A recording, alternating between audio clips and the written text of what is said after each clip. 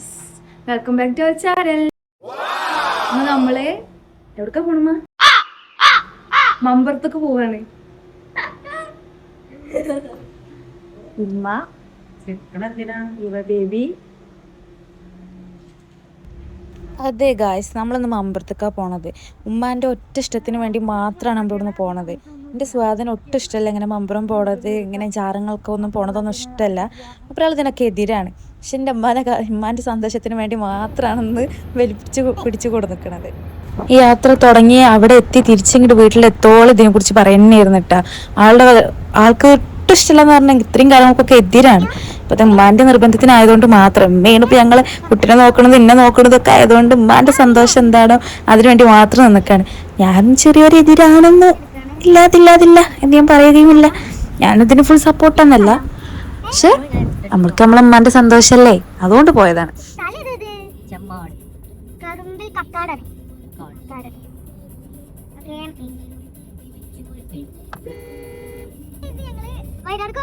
Food കഴിച്ചിട്ട് ഇവിടെ car park ചെയ്ത് നമ്മളെ കിടന്ന് നോക്കി ആശാർക്കിനെത്തി.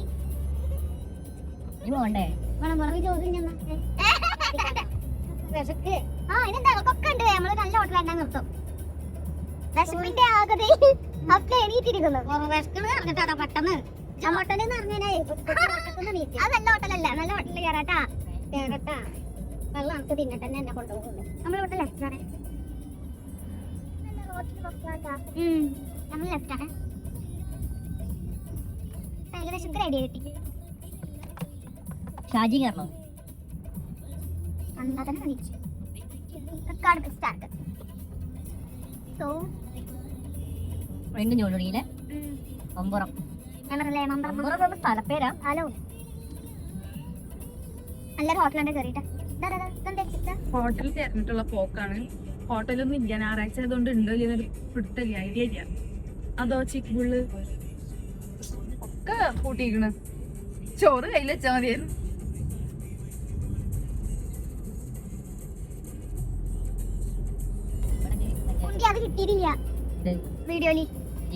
അങ്ങനെ ആറ്റു കുറച്ച് അങ്ങോട്ട് പോയപ്പോൾ ഒരു മാള് പോലെ എന്തോ കണ്ട്. അപ്പോൾ അവിടെ അറേബ്യൻ മജ്ലിസ് റെസ്റ്റോറൻറ്റ് ഉണ്ടെന്ന് കണ്ടപ്പോൾ ഞങ്ങൾ എന്തായാലും ഫുഡ് കഴിക്കാൻ കയറിട്ടോ. അപ്പോൾ ഇന്നത്തെ ഫുഡ് അറേബ്യൻ മജ്ലിസിലെ സ്പെഷ്യൽ മന്തി.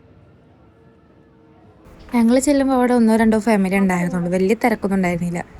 പിന്നെ ഞങ്ങളൊരു സീറ്റ് കണ്ടുപിടിച്ച് അവിടെ കുട്ടീനെ കിടത്തി, പിന്നെ എല്ലാവരും കൈ കഴുകി ഫുഡിന് വെയിറ്റ് ചെയ്തു.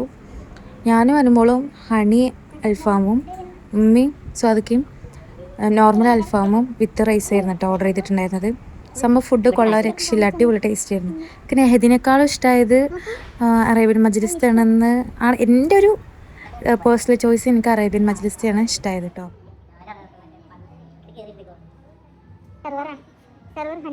എത്ര ശമ്പളം നമുക്ക് കിട്ടുന്നത്? കുടലും കരഞ്ഞ് വെള്ളം സെർവ് ചെയ്യുന്നു.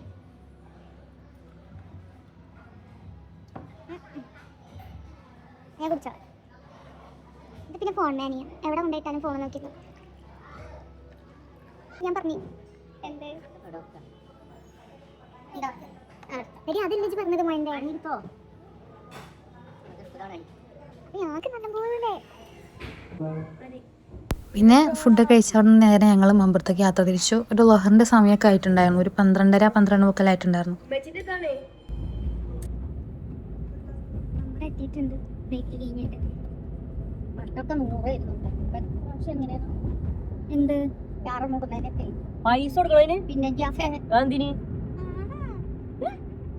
എന്ത് ലോജിക്കാണ്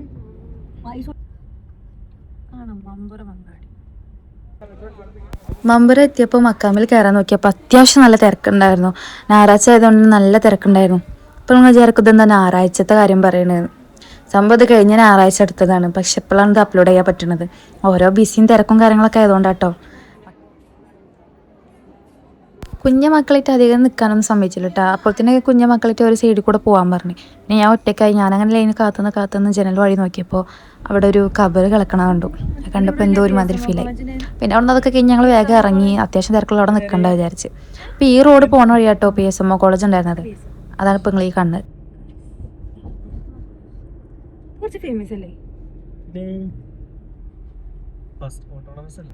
പെണ്ണേ അനുമോള് കണ്ടിക്കണേ എന്റെ നേരക്ക് നേരം ഉണ്ട് ഇരുന്നങ്ങാണ്ട് അടി വയറുകൊണ്ട് ഒഴിഞ്ഞൊരു ഒഴിച്ചില് ഞാൻ ആ പേടിച്ചത് എന്താ ഗ്യാസ് കയറിയതാ പുരാനെ എന്തടി വെച്ചോ അറിയണല്ലോ എനിക്ക് വിഷക്കണ് അപ്പൊ എന്താ സ്വാദ് അറിഞ്ഞില്ല ചായ അല്ല ഞാൻ പറഞ്ഞു ഞങ്ങൾ വയനാട് പോയപ്പോ ഈ സ്ഥലത്ത് ഇരുന്നെന്ന് പറഞ്ഞു ഒന്ന് പറഞ്ഞിക്കാണ് ആ പറഞ്ഞത് കുട്ടി ഉറക്കത്തില് കേട്ടു ഓള് പെട്ടതാണ് ഇങ്ങോട്ട് കൃഷി ഇരിക്കും പോലെ ഉണ്ട് ഇരുന്നൊക്കെ വയറ് കൃഷി ഇങ്ങനെ ഇരുന്നോ 2 കാലം കൂടി മടക്കി വെച്ചിട്ട് വയറാണ്ട് ഉയരോ അത് കൃഷിയല്ല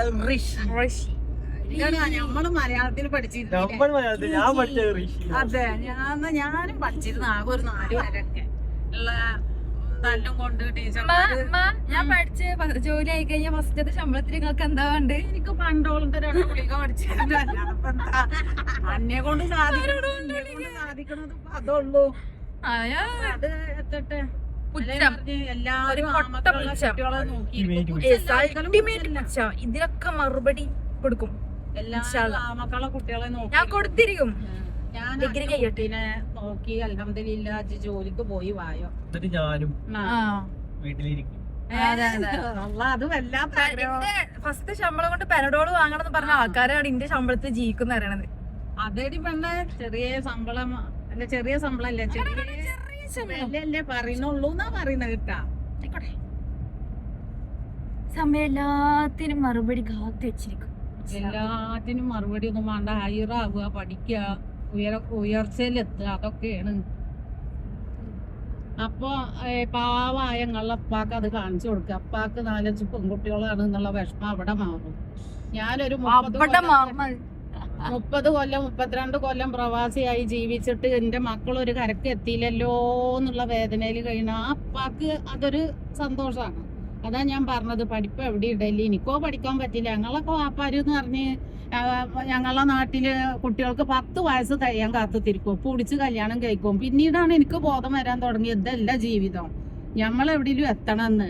അപ്പോഴേക്കിനെ എത്തി 4-5 നിങ്ങളെ മക്കളെ നിങ്ങളെ അമ്മ ആയിട്ട് അടുക്കളയിൽ ഒതുങ്ങിയ ജീവിതമായി. പിന്നെ നിങ്ങൾ മക്കളായിട്ട് പഠിച്ച് നിങ്ങൾക്ക് വെച്ചിട്ട് എന്തെങ്കിലും ആയി തീരുക. അതിന് ഞാൻ എൻ്റെ തടി കൊണ്ട് ഇന്നാലെ കഴിയുന്നത് ഞാൻ എന്തായാലും ചെയ്യും.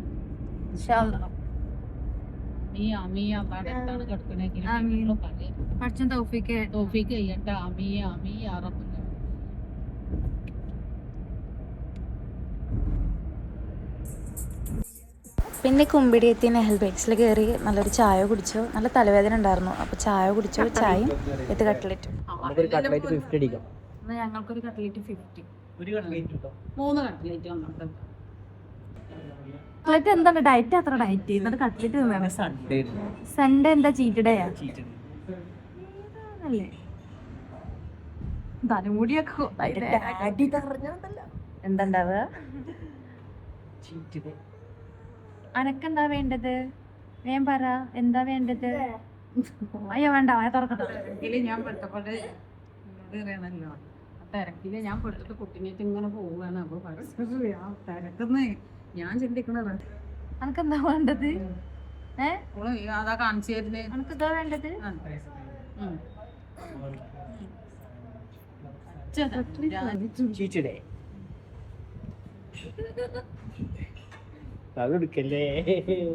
അവനല്ലേ കാണിക്കണ, ഞാനല്ലല്ലോ. ഓരോ കോപ്രായം കാട്ടിട്ട് എടുക്കല്ലേ.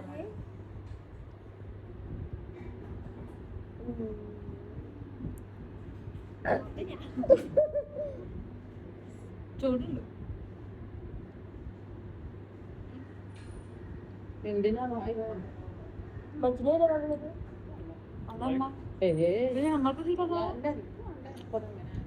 അപ്പൊ ഓർഡർ വേണ്ട.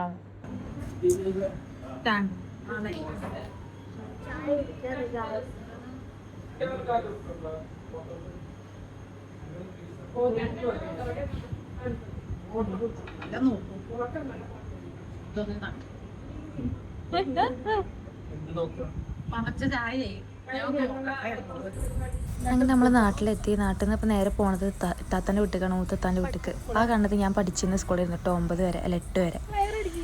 താത്താൻ്റെ വീട്ടിലേക്ക് പോകാനുള്ള കാരണം എന്താ വെച്ചാൽ അവിടെ 4ാമത്തെ സിസ്റ്റർ ഉണ്ട്. അപ്പോൾ അവളെ കുട്ടീനെ പിക്ക് ചെയ്യാൻ വേണ്ടിയിട്ട് പോകും കേട്ടോ. മൂത്ത സിസ്റ്റർ വീട് ഒരു വട്ടം ഞാൻ പോയിട്ടുള്ള കാണിച്ചു തന്നിട്ടുണ്ടായിരുന്നു. അത് നൈറ്റ് ആയതുകൊണ്ട് വല്ലാണ്ട് കാണാൻ പറ്റിയിട്ടുണ്ടാവില്ല. അപ്പോൾ അപ്പോൾ ഞാൻ ഡീറ്റെയിൽ ആയിട്ട് താത്താനെ വീടിനെ കുറിച്ച് ഒന്നും കാണിക്കണില്ല. ജസ്റ്റ് ആ ഫ്രണ്ടിൽ നിന്നിട്ട് ഞങ്ങൾ പെട്ടെന്ന് കാർ തിരിച്ച് പോകാമെന്നുള്ള ഉദ്ദേശം മാത്രമേ ഉള്ളൂ. ഒന്ന് വീട്ടിലെത്തി നാട് നിവർത്താന്ന് മാത്രമേ ഇപ്പം നീയത്തുള്ളൂ. അപ്പോൾ ഇൻഷാല്ല ഒരു ദിവസം എന്തായാലും മുത്തത്താൻ്റെ വീടിൻ്റെ വീഡിയോ എടുത്തിട്ട് ഞാൻ അപ്ലോഡ് ചെയ്യുന്നുണ്ട് കേട്ടോ. എന്നാണ് ഇത്താൻ്റെ വീട്. അന്ന് നിങ്ങൾ ശരിക്കും കണ്ടിട്ടുണ്ടാവില്ല, നൈറ്റ് ആയതുകൊണ്ട്. ഫ്രണ്ടിൽ വേറെ ആരൊക്കെ അയൽവാസികളാരൊക്കെ വണ്ടികളാട്ടോ, നമ്മൾ സ്വന്തം വണ്ടിയൊന്നുമല്ല, ആരും തെറ്റും ധരിക്കണ്ട. ആ ഓടി പിന്നെ ഇവന്തൊന്നും ഞങ്ങളെ കാണാനല്ല, എൻ്റെ കയ്യിലുള്ള ഞങ്ങളെ കുട്ടീനെ കാണാനാണ്. എന്തല്ലേ അങ്ങനെ പാഞ്ഞ് വന്ന് കുട്ടീനെ എടുത്ത് ഞാൻ വീഡിയോ എടുക്കാൻ ശ്രദ്ധിച്ചിട്ടുണ്ടായിരുന്നില്ല. താത്ത കണ്ടപ്പോൾ ഞെട്ടിപ്പോയി. മുപ്പത്തേര് കണ്ടില്ലേ, ഞെട്ടിച്ചു ഞാൻ. സർപ്രൈസ് കുട്ടീനെ എടുത്തു. അപ്പോൾ തന്നെ താത്താടാ ഞാൻ വിചാരിച്ചോളൂ എന്താ വരാത്തത്. അങ്ങനെ അതാ താത്താൻ്റെ കുട്ടിയും വന്നു. അതാണ് താത്താൻ്റെ ഒരേ ഒരു പുത്രി സിയ ഫാത്തിമ. പിന്നെ അവളെടുക്കലായി, ഉമ്മ വെക്കലായി, തലോടലായി, മാടലായി, ചീറ്റലായി ഒക്കെ ആയി. നമ്മള് പോകാം. അങ്ങനെ അതവിടെ നിന്ന് കഴിഞ്ഞ് നമ്മൾ വണ്ടി തിരിച്ച് അങ്ങനെ മണിക്കൂറുകളുടെ കാത്തിരിപ്പിനോട് വീട്ടിലെത്തി. അൽഹംദുലില്ലാഹ് അങ്ങോട്ട് കാണുമ്പോൾ കിട്ടുന്ന സന്തോഷം അല്ലേ. നമ്മൾ എവിടെയെങ്കിലൊക്കെ യാത്ര ചെയ്ത് തിരിച്ച് നമ്മൾ പെരലെത്തുമ്പോൾ ഉണ്ടാവുന്ന സന്തോഷമല്ലേ, പറഞ്ഞറിയിക്കാൻ പറ്റാത്ത സന്തോഷമാണ്. അങ്ങനെ ഇന്നത്തെ വ്ളോഗ് കൂടെ അവസാനിക്കുകയാണ്. ഇനി വീണ്ടും അടുത്ത വീഡിയോ ആയിട്ട് എപ്പോഴെങ്കിലും കാണാം. Okay bye.